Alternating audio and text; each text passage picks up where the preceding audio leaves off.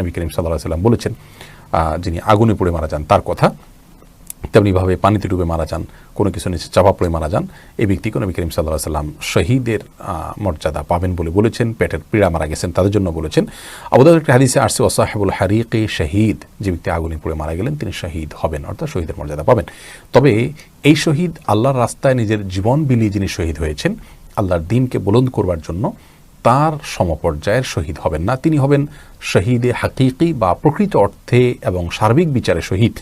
আর এভাবে যারা মৃত্যুবরণ করেন তারা হলেন হুকমান শহীদ, অর্থাৎ বিধানগতভাবে তাদেরকে শহীদ বলা হবে। তারা শহীদের সওয়াবটা লাভ করবেন, কিন্তু পৃথিবীতে একজন সাধারণ মানুষের মতো তাদেরকে গোসল দিবে, দাফন করতে হবে।